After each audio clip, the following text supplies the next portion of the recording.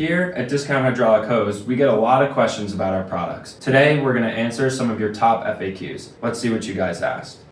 How to choose the right hydraulic pressure gauge. Selecting the right hydraulic pressure gauge ensures accurate system monitoring and long-term performance. Start by checking your system's operating pressure and choose a gauge with a range that's about twice the maximum system pressure.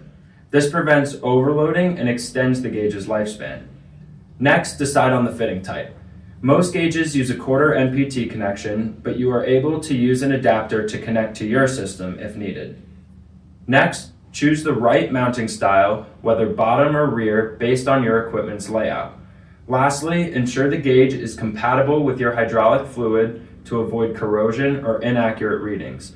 A properly selected gauge keeps your system running smoothly and safely. Thanks for watching our FAQ video. Be sure to check out our site for our selection of over 15,000 parts. If you have any more questions, our team is ready to help via phone, chat, or email. We'll see you next time.